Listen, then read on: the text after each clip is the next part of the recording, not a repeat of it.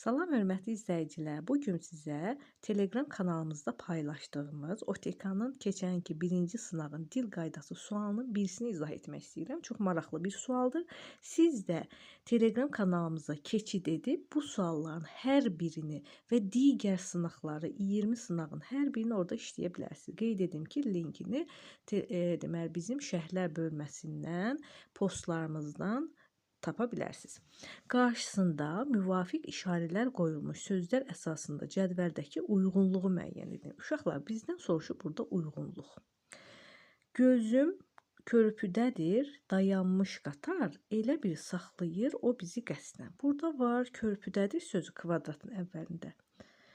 Daha doğrusu kvadratdan sonra, üçbucaqdan sonra da dayanmış söz. Bizə lazımdır bu iki söz. Və doğrunun altından doğrunu seçirik, yanlışın altından yanlış. Bir yerdə yazılışına fərqli tələffüz məqamı var. Körpüdədir sözündə r, sonuncu r düşür. Doğrudur, bir yerdədir bu. Bir yerdə fərqli tələffüz məqamı var. İki samitin qarşılığı yoxdur. Körpüdədir sözündə yalnız r-nın qarşılığı yoxdur. Ona görə ikini çıxırıq.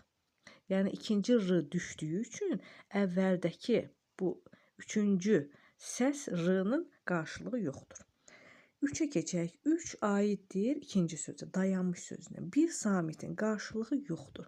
Burada bir samit yox, iki samitin qarşılığı yox. Dayanmış deyəndə 2 dənə m olur burada və ikisinin də qarşılığı yoxdur. Bu yanlışdır. Yanlışın altından indi yanlışlar seçək. İki cingiltili samit yanaşı gəlir. Bu körpüdədir sözünə uyğundur. İki cingiltili samit yanaşı gəlməyib. Yalnız yanaşı gələn samitlər r və p-dır. Bu da birkar bir cingiltilidir. Ona görə bu yanlışdır, amma götürürük. 5. Tərkibində iki kar samit var. Bu ikinci sözə aiddir. Dayanmış sözündə iki kar samit varmı? Dayanmış. Burada bir dənə kar samit var, o da ş-dır. Buna görə bu da yanlışdır. Yanlış olduğu üçün götürürük. Cavabımız oldu 1, 4, 5 və D bəndi. Əgər yararlı oldusa, dostlarınızla paylaşmağı, videonu bəyənib və abunə olmağı unutmayın. Sağ olun.